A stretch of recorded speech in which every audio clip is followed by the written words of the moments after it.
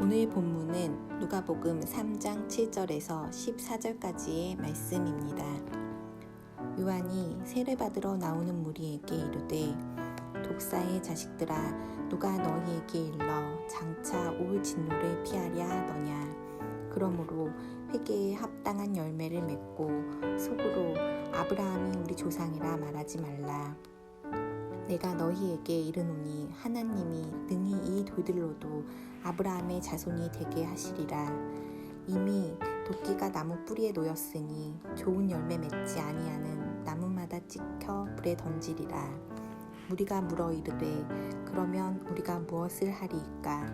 대답하여 이르되 옷 두 벌 있는 자는 옷 없는 자에게 나눠줄 것이요 먹을 것이 있는 자도 그렇게 할 것이니라 하고 세리들도 세례를 받고자 하여 와서 이르되 선생이여 우리는 무엇을 하리이까 하매 이르되 부가 된 것 외에는 거두지 말라 하고 군인들도 물어 이르되 우리는 무엇을 하리이까 하매 이르되 사람에게서 강탈하지 말며 거짓으로 고발하지 말고 받는 긍휼을 족한 줄로 알라 하니라. 아멘.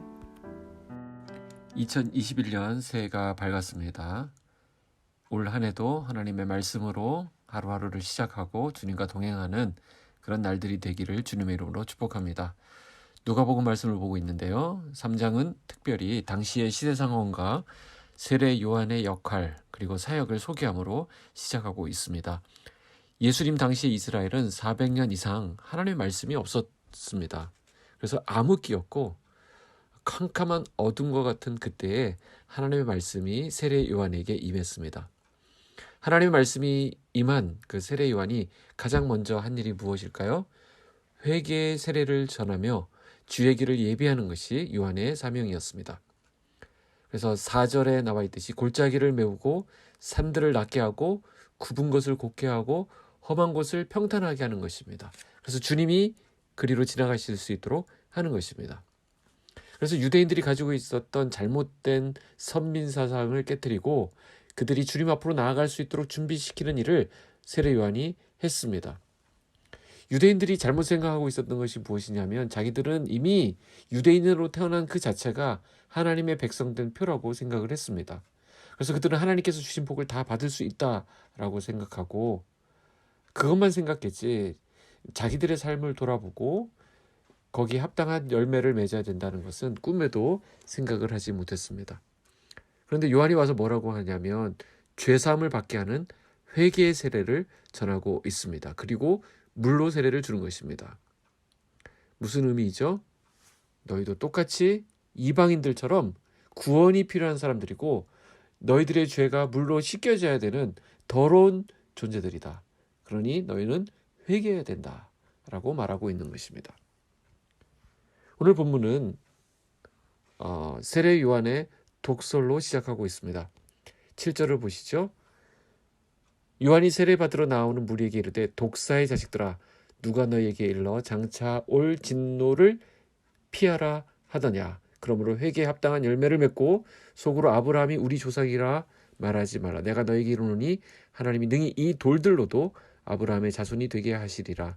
이미 도끼가 나무 뿌리에 놓였으니 좋은 열매 맺지 아니하는 나무마다 찍혀 불에 던져지리라. 무서운 말씀을 하고 있죠. 원래 독사의 자식들이라는 이 용어는 유대인들이 이방인들을 향해 내뱉었던 욕설입니다. 그런데 이 말을 지금 요한은 유대인들에게 하고 있습니다. 무슨 말이죠? 지금 너희들의 그 모습으로는 죄사함의 세례를 받을 수도 없고 오히려 임박한 하나님의 심판 앞에 피할 길이 없다라는 것을 선언하고 있는 것입니다. 너희들의 그 유대인이라고 하는 혈통, 종교적인 어떤 행위 때문에 스스로 의롭다고 하는 것은 하나님 나라에 합당치 않다. 그러니 그 고집을 꺾어버리고 너희가 회개해야 된다라고 말씀하고 있습니다. 중요한 것은 아브라함이 그들의 조상이라고 하는 헛된 자부심이 아니라 하나님 앞에 죄인임을 인정하고 돌이켜서 회개에 합당한 열매를 맺는 것입니다. 오늘 세례 요한은 이 회개에 합당한 열매가 무엇인지 구체적으로 말을 합니다. 이 회개에 합당한 열매를 맺어야만 하나님의 진노를 피할 수 있기 때문입니다. 그래서 무리들이 묻습니다. 10절에 보면 무리가 물어 이르되 그러면 우리가 무엇을 하리까? 그래서 회개에 합당한 열매에 대한 요한의 답변은 첫 번째 이 무리들에 대해서 어떻게 답변하느냐. 너희는 11절 대답하여 이르되 옷 2벌 있는 자는 옷 없는 자에게 나눠줄 것이요 먹을 것이 있는 자도 그렇게 할 것이니라. 그러니까 어떤 결핍을 보게 되면 궁핍한 사람들을 봤을 때 그 사람들의 필요를 채워주고 나누어주는 것이라는 것입니다. 회개의 합당한 열매는 어려운 형편에 처한 이웃을 보면 내 것으로 나누어 그의 결핍을 채우는 것이다. 이것을 실천하는 것이다. 라는 것입니다. 그러자 이번에는 세리들이 묻습니다. 12절에 보시면 세리들도 세례를 받고자 하여 와서 이르되 선생이여 우리는 무엇을 하리이까 하매 이르되 부과된 것 외에는 거두지 말라 하고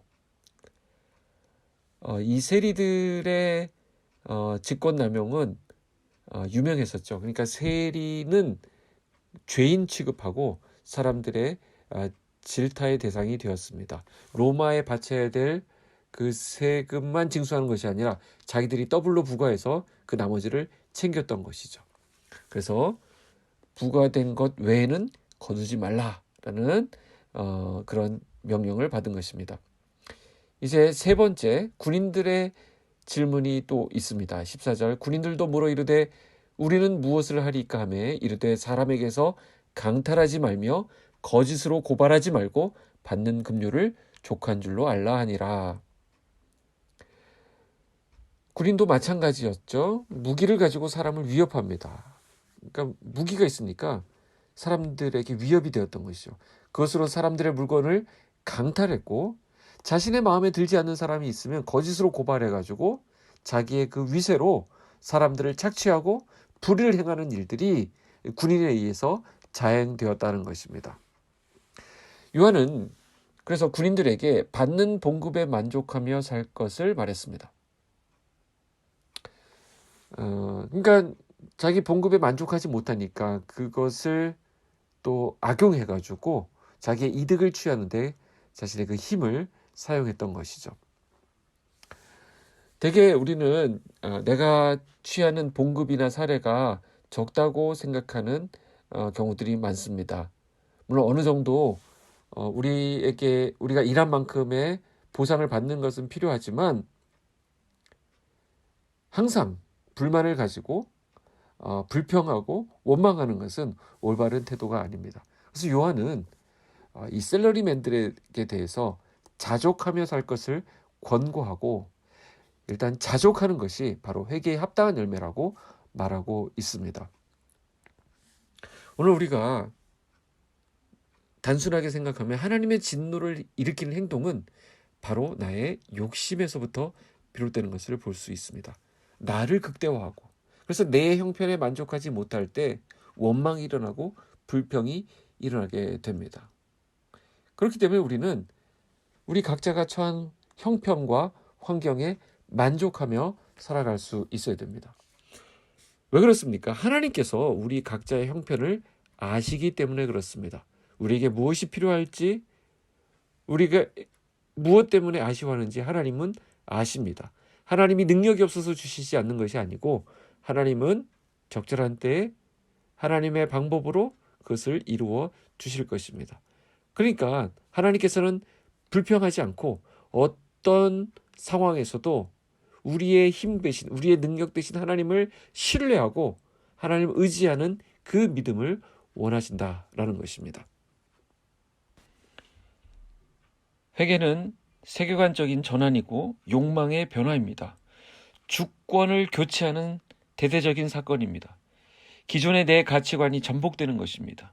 세상을 향하여 배반하고 변절하는 것입니다. 세상이 추구하는 방식이 있고 흐름이 있는데 그것이 당연시 여겨지고 그것이 특권처럼 행해지던 그 흐름을 스톱하고 그것을 단절하고 거기서부터 돌이키는 것입니다.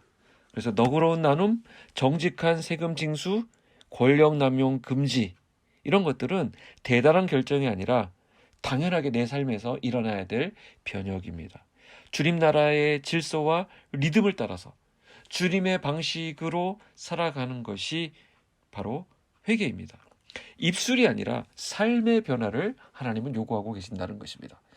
회개에 합당한 열매, 그러니까 뭔가 거창하고 거국적인, 이제 새해도 되었으니까 뭔가 좀 거대하게 시작하려고 하기 쉽습니다. 그러나 의외로 회개라고 하는 것, 의외로 가까이 있는 내 안의 일들이고 내 안의 모습이라는 것을 우리는 깨닫게 됩니다. 하나님, 우리가 남을 변화시키고 사회를 변혁하고 그러기 전에 먼저 나 자신이 변해야 함을 말씀하고 있습니다. 새해를 시작하는 우리가 깊이 생각해야 할 부분입니다.